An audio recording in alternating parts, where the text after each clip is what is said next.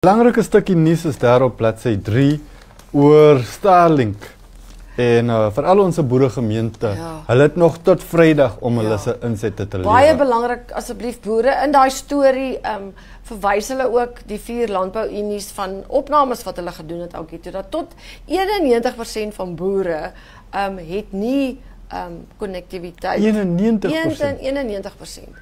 En dan as hulle het, is dit nie stabiel nie. So hy ry net oor die duin of agter die boom, dan is dit verby. So jy kan dink, en dis wat hulle ook sê, jy's basies afgesonder. Ja. En iets so Starlink sal hulle baie help, maar natuurlik nou ja, hulle tot Vrydag wat die Ek onthou stories daarvan daai Namib grensgebied en hier in die ooste wat hulle het nie eens telefoon. Niks, ja. En 91% is baie. Dit is baie. Ja, so boere moet asseblief gaan hulle saak bepleit. Ja, want kyk as ons ander diensverskaffers dan nou nie dink dit is die moeite werd in terme van die winste wat hulle maak. En die geld is daar, laat die mense toe.